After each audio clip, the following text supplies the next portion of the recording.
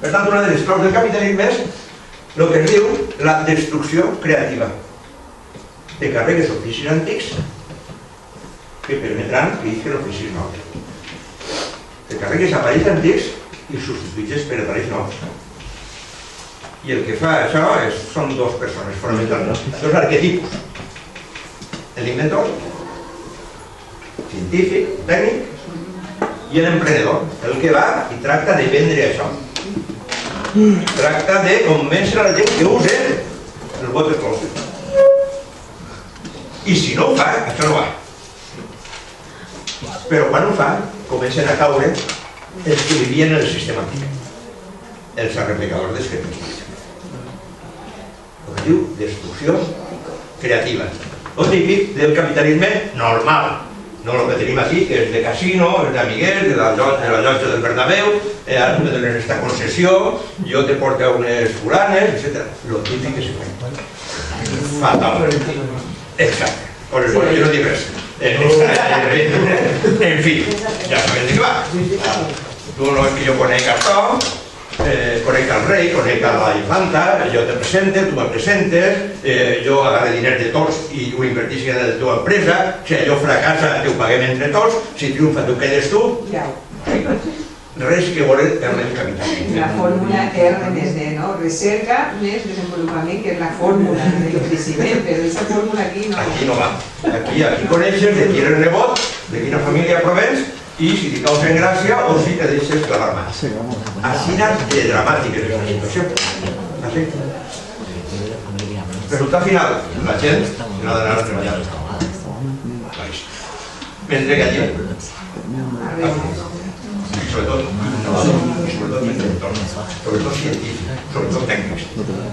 Aquí tota aquesta gent... Fixeu-vos una altra.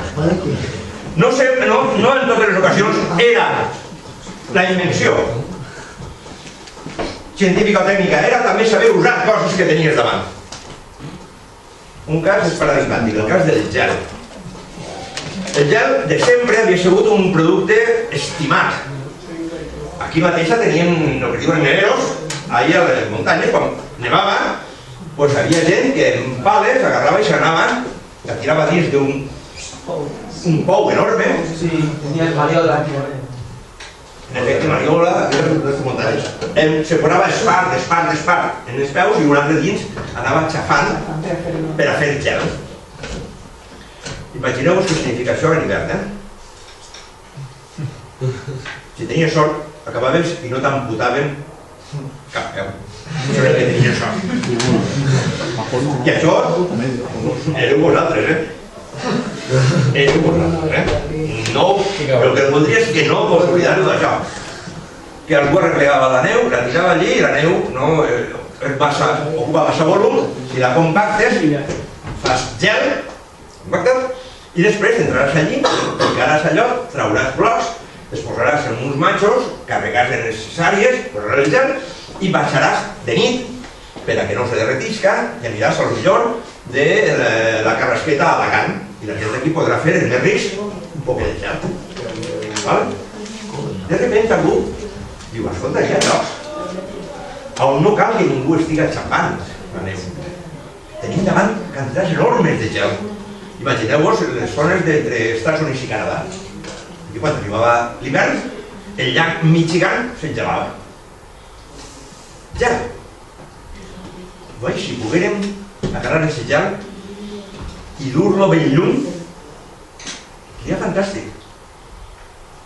Clar, dur-lo lluny vol dir trobar aïllants, perquè si no, tu carregaves un barco de gel i quan arribaves al Carib, que allí volien tot gel, mira que bonico, el que tenien un barco ple d'aigua, gràcies. El tiraves i donaves una altra volta, que no servia.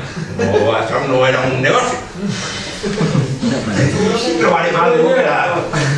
Us vam trobar que allí en Michigan, el llac Michigan, Chicago, també en Hudson, en Nova York, o en la bahia de Baltimore, i tot això, que anaven allí al llac, tu talles tot el que vulguis de gel, i saps que demà mateix s'ha tornat a fer gel.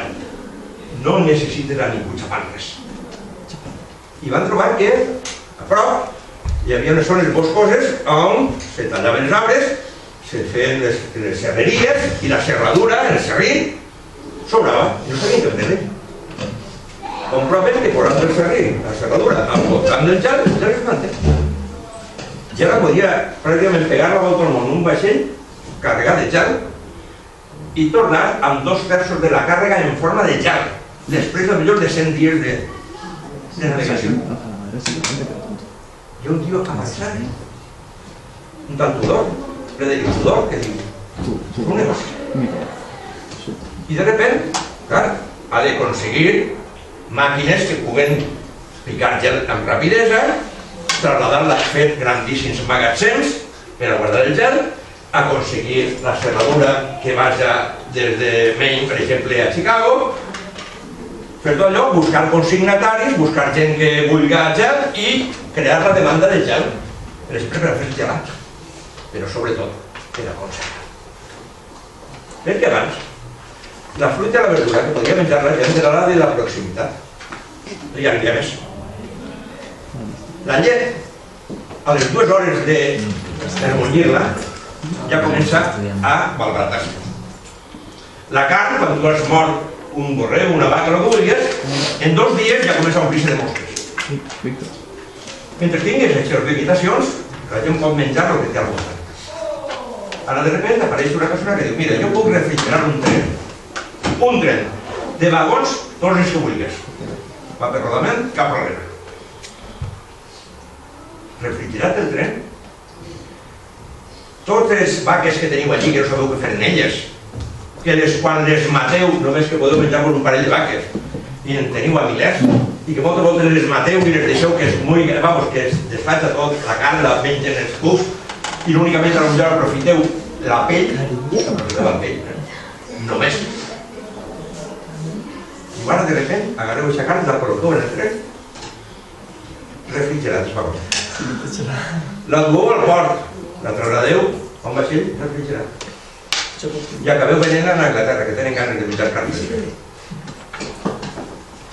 Això no vol significar verdura, fruita, carn, peix, que tot això pot anar a tot el món.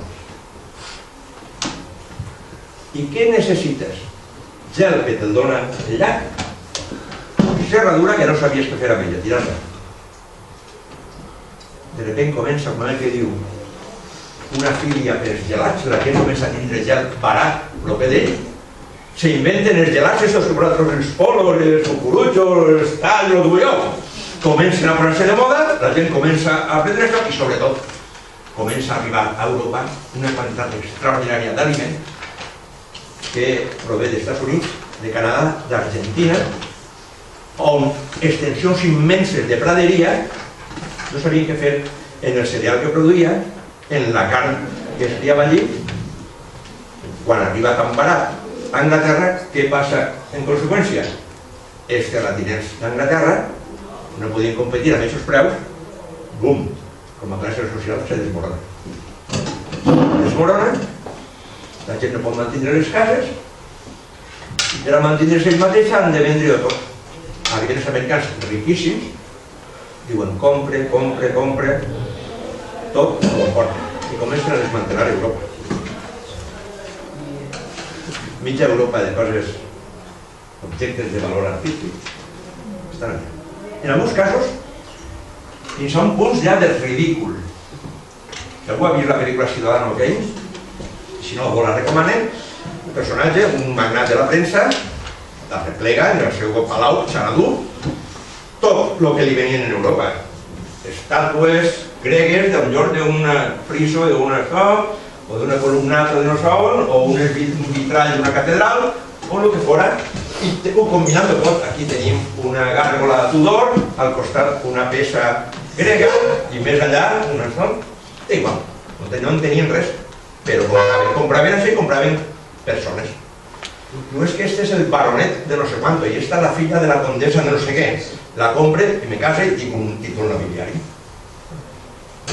Fixeu, gel i serradura. Conseqüència, en Anglaterra se va picar la classe territorial. com la trilladora, a més s'ha inventat la manera de segar els teixos enormes de camp, sense que hagi gent segant, la gent del de faena, que pot visitar. Això implica una velocitat de vertigen. Per primera volta en la història de la humanitat, Anglaterra té més població urbana que rural. Cada cosa duu a les altres.